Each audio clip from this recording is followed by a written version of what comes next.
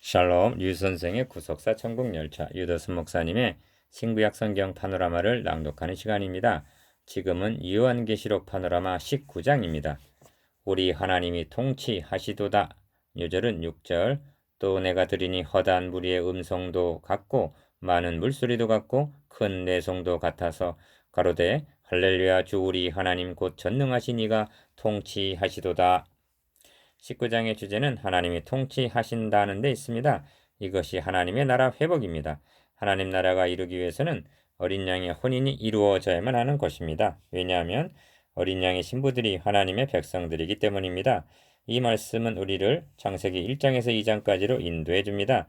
대초에 하나님께서는 먼저 사람이 살아갈 환경을 조성하기 위해서 천지 만물을 창조하셨습니다. 그리고 하나님과 교제의 대상으로 사람을 하나님의 형상대로 지으셨습니다. 그리고 아담과 하와를 짝지어 주셔서 혼인 에덴에 두심으로 하나님의 나라를 건설하셨던 것입니다. 이렇게 건설된 하나님의 나라는 인간의 범죄로 말미암아 분리를 가져오게 되었는데 이것이 어린 양의 구속으로 말미암아 재결합, 혼인, 재결합됨이 가능해지므로 회복되게 이른 것입니다. 그러므로 신약 성경에서는 이 지점에서 처음으로 할렐루야가 비로소 우렁차게 울려 퍼지고 있는 것입니다. 어린 양의 혼인잔치와는 대조적인 잔치가 또 있는데 그것은 하나님의 이 나라 건설을 대적하던 자들이 멸망을 당함으로 벌어지게 된 육식조들의 잔치가 그것입니다. 어린 양의 혼인잔치는 구원이요 또 다른 잔치는 멸망인 것입니다. 이를 세 단원으로 나눠 상고하겠습니다. 첫째 단원 1절에서 10절 어린 양의 혼인잔치, 둘째 단원 11절에서 16절 백마를 탄 자의 군대, 셋째 단원 17절에서 21절 짐승과 거짓 선지자가 잡힘. 첫째 단원 1절에서 10절 어린 양의 혼인잔치.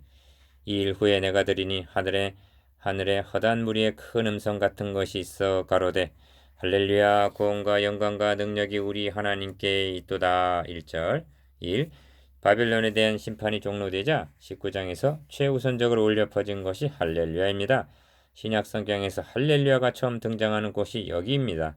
모두 4번이나 발하여주고 있는데 기억 하늘의 허다한 무리가 찬양의 시작과 1절 끝에 3절 할렐루야로 영광을 돌립니다. 니은 그러자 24장로와 네 생물이 할렐루야 아멘으로 화답합니다. 4절 그리고 허다한 무리의 음성도 같고 많은 물소리도 같고 큰 내성도 같은 대합창이 할렐루야 주 우리 하나님 곧 전능하신 이가 통치하시도다 하고 6절 영광을 돌리고 있는 것입니다. 이 통치하시도다라는 말씀을 주목하시기를 바랍니다.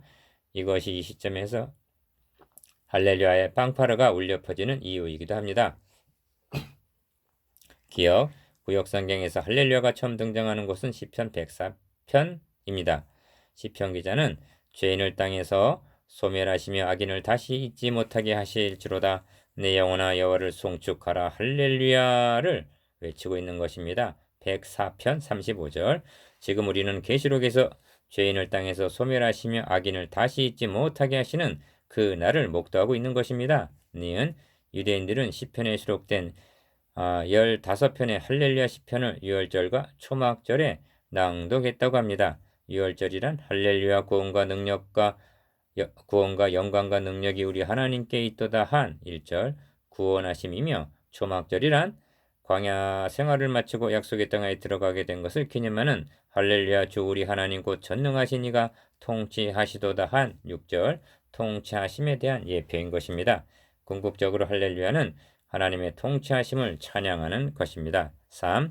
그런데 하나님이 통치하시도다 한 다음에 우리가 즐거워하고 크게 기뻐하여 그에게 영광을 돌리세 어린 양의 혼인 계약이 이르렀고 그 아내가 예비하였으니 하고 7절 어린 양의 혼인을 말씀하고 있는 이유가 무엇인가 하는 점입니다. 기억 이 점에서 혼인이라는 이미지를 도입하고 있는 것은 첫 창조와의 병행을 염두에 두고 두었기 때문일 것입니다. 창세기 2장에서 이루어진 혼인 아담과 하와 하나님과 백성 간의 혼인이 3장에서 파괴당하게 되었는데 이 연합이 회복되게 되었음을 나타내고 싶었던 것입니다. 니은 혼인 이미지의 핵심은 두 몸이 합하여 하나가 된다는 연합이 있기 때문입니다. 4. 그런데 19장을 관찰해 보면 문제점이 드러납니다. 6절에서 할렐루야 주 우리 하나님 곧 전능하신 이가 통치하시도다 찬양한다는 것은 모든 싸움이 끝났음을 나타내는 것인데 11절 이하에서는 백마를 탄 자와 그를 따르는 자들이 싸우는 장면이 나오고 있기 때문입니다. 그렇다면 어린 양의 아내가 입고 있는 예복과 8절 하늘에 있는 군대들이 입고 있는 군복을 대조해 보시기를 바랍니다. 똑같이 깨끗한 세마포를 입고 있는 것을 보게 될 것입니다. 기억. 그렇다면 해답은 분명해지는 것입니다. 그리스도와 연합하여 하나가 된 그의 아내란 그리스도와 연합하여 함께 싸워야 한다는 것입니다. 여기에 19장을 통해서 말씀하시고자 하는 핵심이 있는 것입니다. 니은 어린 양의 혼인잔치가 7절에서 9절 무엇과 연결되어 있는 문맥인가를 놓치지 마시기를 바랍니다. 백마와 탄자가 나타나 공의로 심판하며 싸우더라와 11절에서 16절 연결되어 있는 문맥인 것입니다. 디귿 세마포를 입고 있는 이들은 하나님의 나라 군대들이면서 14절 동시에 세마포를 입고 있는 그의 아내라고 8절 말씀하고 있는 것입니다. 사도 바울은 이 점을 그와 함께 영광을 받기 위하여 고난도 함께 받아야 될 것이라고 말씀합니다. 로마서 8장 17절 그러므로 19장을 통한 도전은 어린 양의 혼인잔치에 참여하기 위해서는 그와 함께 전쟁에도 참여해야 한다는 점입니다. 이후 중요한 변화를 한 가지 말씀드리려고 합니다. 그것은 계시록에 생물이라는 말이 20번, 장로라는 말이 10번 정도 등장하는데 24장로와 네 생물이 4절에서 아멘 할렐루야를 마지막으로 계시록에서 그 자취를 감추고 만다는 사실입니다. 이는 기억 어린 양의 혼인 계약이 이르렀다는 말씀과 관련이 있는 것입니다. 어린 양의 혼인 계약이 이르렀고 그 아내가 예비되었는데도 7절 24장로와 내 생물이 그대로 머물러 있다면 그것은 월권 행위라 할 것입니다. 그러므로 24장로와 내 생물이 누구들이며 무엇이냐로 고심할 필요가 없습니다. 니은 그의 종들이 그를 섬기며 그의 얼굴을 볼 터이요 22장 3절에서 4절 할 때까지 잠정적으로 하나님을 섬기는 상징적인 존재로 보아 족한 것입니다. 7. 그에게 아내에게 허락하사 빛나고 깨끗한 세마포를 입게 하셨은즉 이 세마포는 성도들의 옳은 행실이로다 하고 8절 말씀하고 있는데 이 세마포에 관해서 다시 한번 강조해야만 하겠습니다. 기억 세마포는 신부에게 허락하신 것입니다. 입게 하셨은즉 하고 수동적으로 입혀주셨음을 나타나고 있습니다. 그러므로 빛나고 깨끗한 세마포란 어린 양의 구속으로 말미암아 입혀주신 의의 옷으로 보아야만 합니다. 니은 이 점을 이사야 선지자는 내가 여호와로 인하여 크게 기뻐하며 내 영혼이 나의 하나님으로 인하여 즐거워하리니 이는 그가 구원의 옷으로 내게 입히시며 의의 겉옷으로 내게 더하심이 신랑이 사모를 쓰며 신부가 자기 보물로 단장함 같게 하셨음이라 하고 말씀합니다. 이사야 61장 10절 디귿 성화의 옷이기도 합니다. 이 점이 이 세마포는 성도들의 옳은 행실이로다에서 나타납니다. 이는 14장 4절에서 이 사람들은 여자로 음녀 17장 1절 음녀로 더불어 여자로 음녀 그들과 더불어 더럽히지 아니하고 정절이 있는 자라 한 신앙의 정절을 지킨 자들인 것입니다. 14장 4절 리을 그런데 유념해야 할 점은 그에게 허락하사 빛나고 깨끗한 세마포를 입게 하셨은즉 하고 8절 상반절 우선순위를 칭해 두고 있다는 점입니다. 미음 그런 후에 이 세마포는 성도들의 옳은 행실이로다 합니다. 그러므로 어린 양의 신부란 하나님께서 아담 하와에게 가죽옷을 지어 입혀주시듯이 창세기 3장 21절 자신에게 입혀주신 의의 옷을 더럽히지 않기를 열망하는 사람들이라는 말씀이 됩니다. 8. 여기서 조심해야 할 점은 성도들의 옳은 행실이라는 8절 하반절 말씀을 윤리적인 행실로 국한시켜서는 안 된다는 점입니다. 기억. 왜냐하면 19장에 등장하는 어린 양의 아내는 수도원에 있는 수도승과 같은 사람들이 아니기 때문입니다. 니은 그러하기는커녕 아내들은 희고 깨끗한 세마포를 입고 백마를 타고 그 신랑을 따라 14절 전장을 누비고 있는 전사들이기 때문입니다. 그러므로 옳은 행실 속에는 전투적인 행위도 강조되어야 마땅하다 하겠습니다. 9. 천사가 내게 말하기를 기록하라 어린 양의 혼인잔치에 청함을 입은 자들이 복이 있도다 하십니다. 9절 상반절 기억 그렇다면 신부는 누구고 청함을 받은 자는 누구란 말인가? 신부와 청함을 받은 자란 같은 성도들인 것입니다. 왜냐하면 그렇다면 왜 이렇게 말씀하고 있는가? 신부라고 하면 오직 한 사람이라는 이미지가 풍기게 되지만 청함을 받은 자는 많을수록 경사라는 차이 때문입니다. 여러분은 신부이면서 동시에 청함을 받은 자인 것입니다. 니은 참으로 놀랍고도 감격스러운 것은 신랑을 가리켜 어린 양이라고 부르고 있다는 점입니다. 여기쯤 와서는 이제 다른 호칭으로 부를 만도 한데 요한은 계속 어린 양을 놓치지 않고 있는 것입니다. 왜 그렇습니까?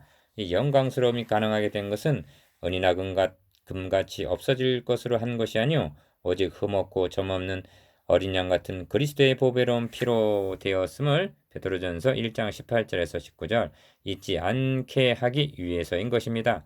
그런데도 계시록을 상고하면서 다른데 한눈을 팔 것입니까? 10. 기록하라.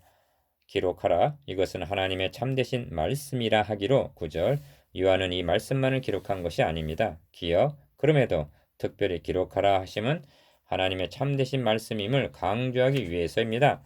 만일 이 말씀을 지켜주시지 않는다면 기록된 말씀을 증거로 제시하며 책임을 추궁해도 좋다는 그런 뜻이 함의되어 있는 것입니다. 요한은 너무나 감격해서 그랬을까요? 내가 그 발 앞에 엎드려 경배하려 했다는 것입니다. 10절 상반절. 이 말씀을 기록함은 요한 자신을 견책하려는 의도에서라기보다는 천사 숭배와 같은 골로새서 2장 18절 잘못에 빠지도록 않도록 교회를 경계하기 위해서일 것입니다. 또한 말씀을 대언하는 자들을 겸손케 하기 위해서일 것입니다. 둘째 단은 11절에서 16절 백마를 탄 자와 군대 또 내가 하늘이 열린 것을 보니 보라 백마와 탄 자가 있으니 그 이름은 충신과 진실이라 그가 공의로 심판하며 싸우더라. 11절 본 단어는 앞 단어니 혼인잔치와는 대조적으로 전쟁하는 장면입니다. 1. 또 내가 하늘이 열린 것을 보니 보라 백마와 탄 자가 있으니 합니다. 11절 상반절 백마를 타고 등장하는 이분이 누구인가? 기어 그 눈이 불꽃 같고 12절 1장 14절 2장 18절 니은 그의 입에서 이한 검이 나오니 15절 1장 16절 등의 묘사와 그 이름을 하나님의 말씀이라 13절 만왕의 왕이요 만주의 주라고 16절 말씀하는 것으로 볼 때 그리스도라는데 이의가 없습니다. 그렇다면 계시록에 있어서 대망의 그리스도가 이 시점에 이르러 재림하시는 광경이란 말인가? 물론 그렇게 볼 수가 있습니다. 기어 그런데 본문에 나타난 광경은 인자가 구름을 타고 능력과 큰 영광으로 오는 것을 보리라.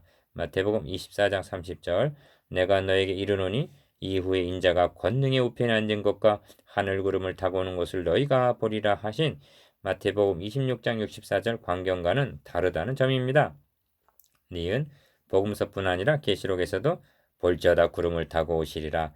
각인의 눈이 그를 보겠고 그를 찌른 자들도 볼 터여 땅에 있는 모든 족속의 그를 인하여 애곡하리니 그러하리라. 아멘 하고 1장 7절 증거하지 않았던가?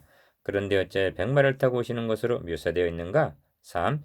이렇게 하고 있는 의도를 올바로 파악해야만 이어지는 천년왕국에 대해서도 20장 바른 이해를 가질 수 있게 되는 것입니다. 기어 백마는 성전한 장수가 타고 오는 말입니다. 그러므로 여기서 주님을 백마와 탄 자로 묘사하고 있는 것은 초점이 주님의 재림을 말씀하려는 데 있는 것이 아니라 악과 거짓과 비진리에 대항하여 싸우는 전사들의 대장으로 등장하는 데 초점을 맞추고 있다는 것입니다.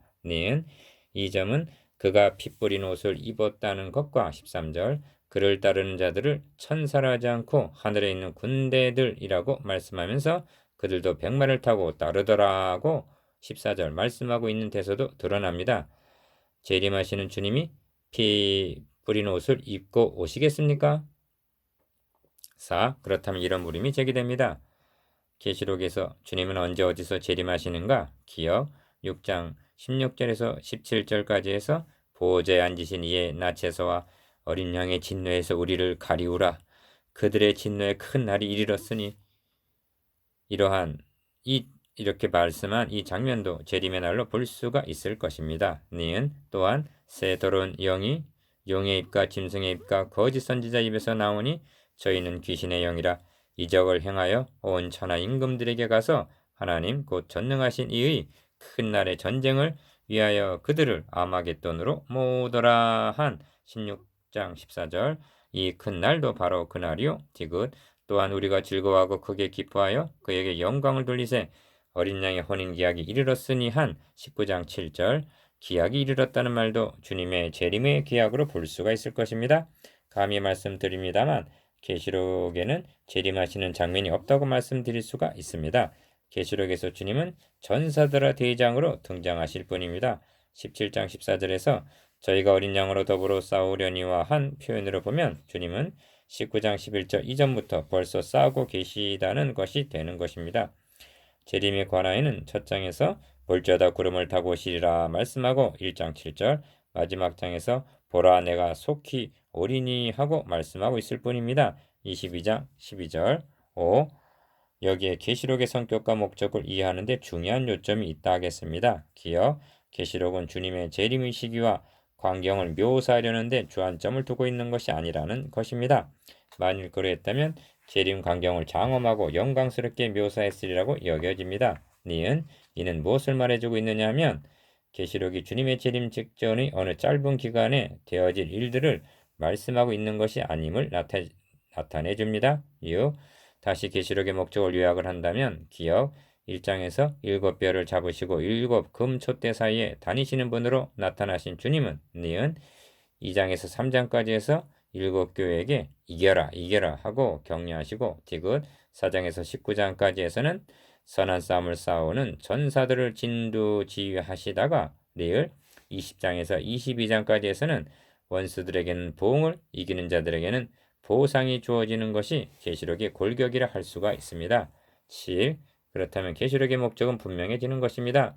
유다서의 기록 목적을 성도에게 단번에 주신 믿음의 도를 위하여 힘써 싸우라는 편지로 너희를 권하여야 할 필요를 느꼈노니 하심같이 유다서 1장 3절 전투하는 교회에게 힘써 싸우라 이기는 자는 하고 격려하시는 편지라는 것입니다. 8. 그러므로 19장의 장면은 재림의 장면이 아니라 17장 14절에서 저희가 어린 양으로 더불어 싸우려니와 어린 양은 만주에 주시오 만왕의 왕이심으로 저희를 이기실 터이요 또 그와 함께 있는 자들 곧 부르심을 입고 빼내심을 얻고 진실한 자들은 이기리로다 한 동일한 장면이라는 것입니다. 기억 이 장면이 19장에서는 백마를 탄 자와 하늘 군대가 백마를 타고 그를 따르는 것으로 묘사하고 있을 뿐입니다. 그러므로 17장 14절과 19장 16절에서는 다 같이 주님을 만왕의 왕이요 만주의 주라고 부르고 있음을 보게 됩니다. 니은 왜 주님을 만주의 주요 만왕의 왕이라 부르고 있는가? 17장에 보시면 많은 왕들이 등장하고 있기 때문입니다. 그러나 어린 양은 그들을 주관하시는 만주의 주요 만왕의 왕이심으로 저희를 이기실 터이요 하는 것입니다. 디귿 그러므로 19장 18절에서는 육식조들에게 육신을 뜯어먹는 새들, 왕들의 고기와 장군들의 고기 등을 먹으라 초청하고 있는 것입니다.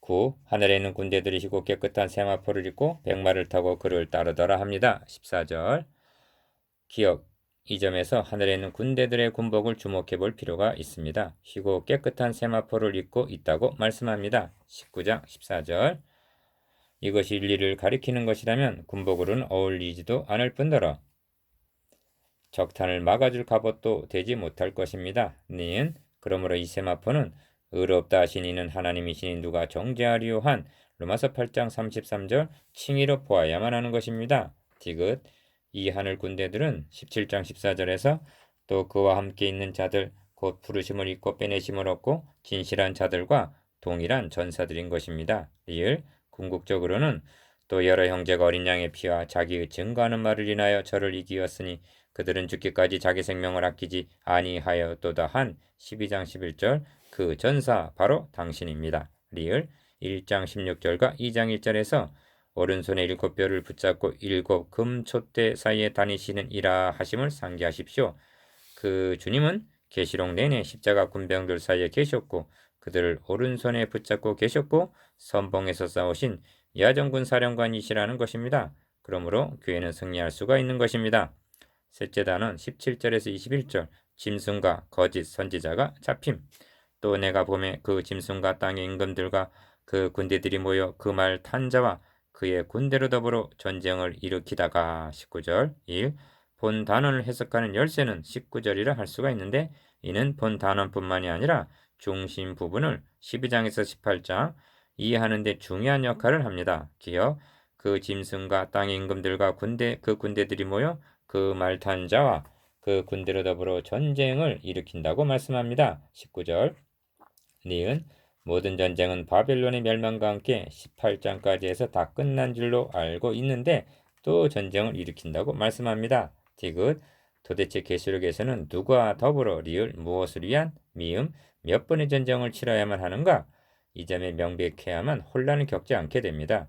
그러므로 이 점을 숙고하시기를 바랍니다. 이 전쟁은 세 종류로 대별할 수가 있는데 첫째는 그리스도와 사탄 간의 싸움입니다. 기억 이 싸움은 모세와 바로와의 싸움에 비할 수가 있습니다. 모세는 그리스도의 예표, 바로는 사탄의 대리자로 등장하기 때문입니다. 니은 바로는 모세가 태어났을 때 그리고 자기 백성을 돌아보았을 때 죽이려 했으나 모두 실패합니다. 디귿 그렇다면 그리스도와 사탄 간의 싸움은 무엇을 위한 싸움인가? 내 백성을 보내라. 그들이 나를 섬길 것이니라 한 출애굽기 8장 1절 자기 백성을 구출하기 위한 싸움입니다. 바로는 완강에 대항했으나 유월절량의 피로 결정타를 맞게 되어 하나님의 백성들은 구출되고 추격하던 바로는 홍해에서 멸망을 당하게 됩니다.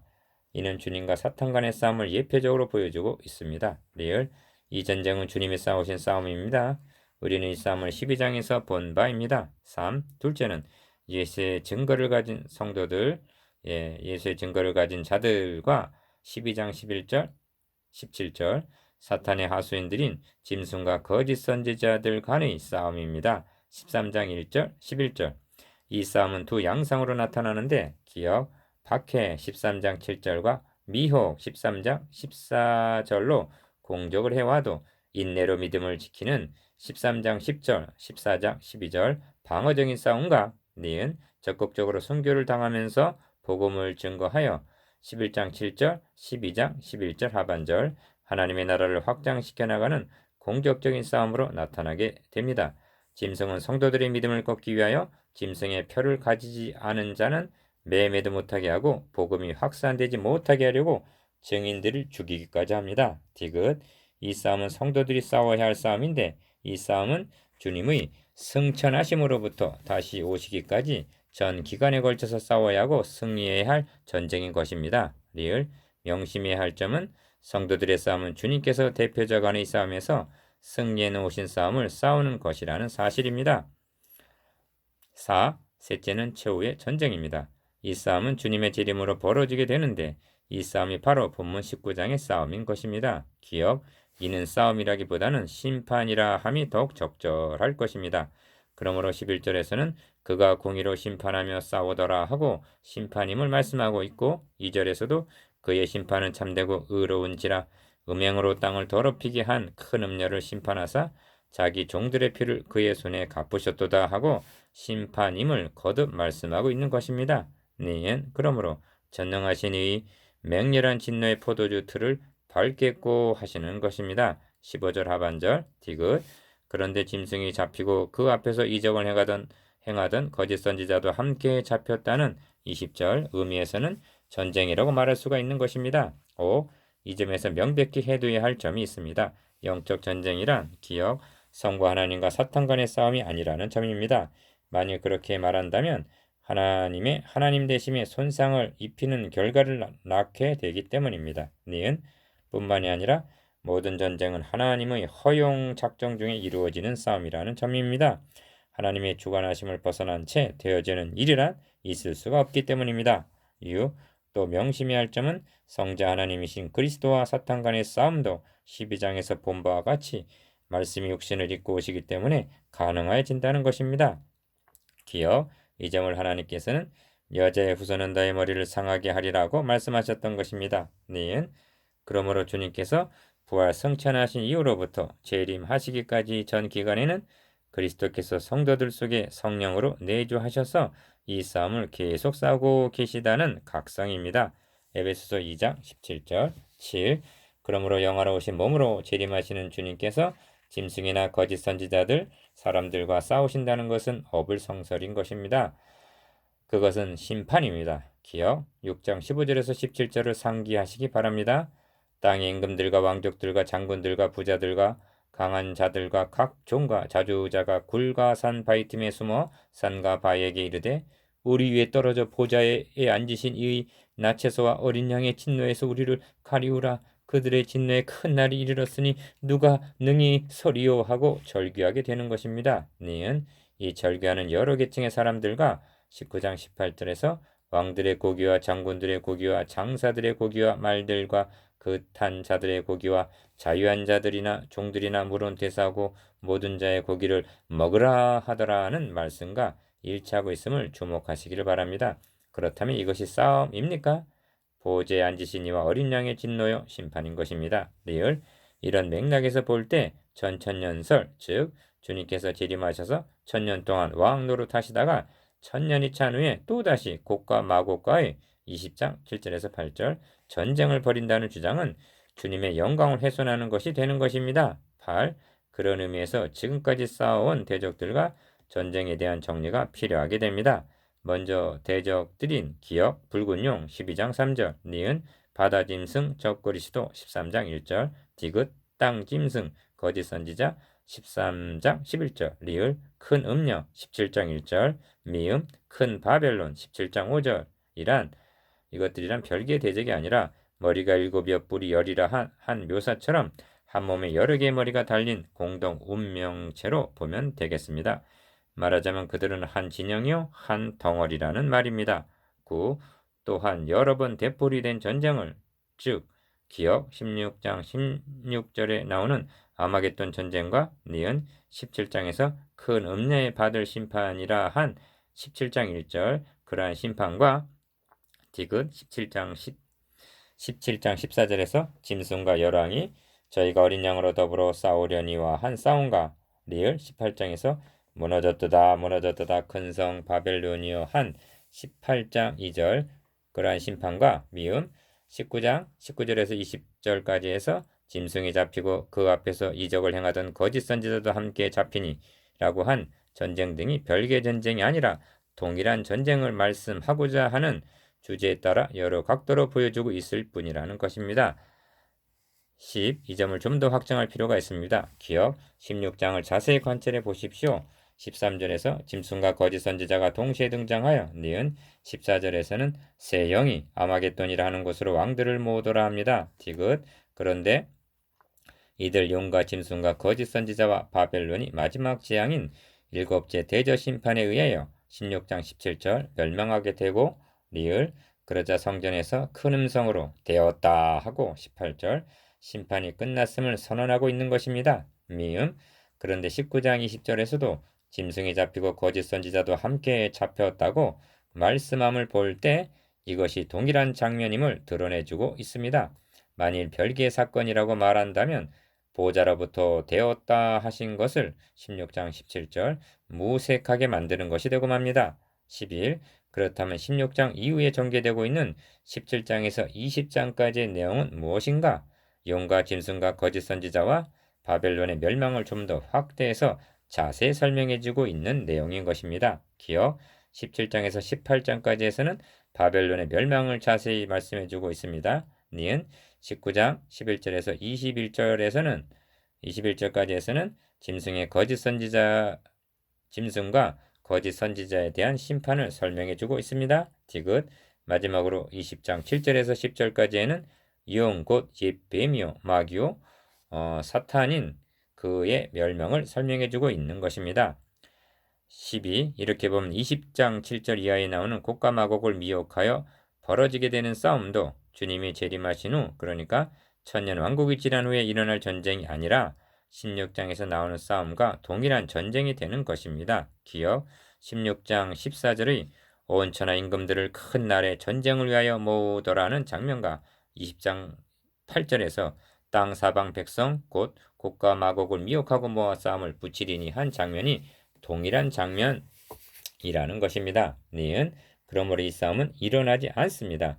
왜냐하면 하늘에서 불이 내려와 저희를 소멸하는 23구절 심판이 행해지기 때문입니다.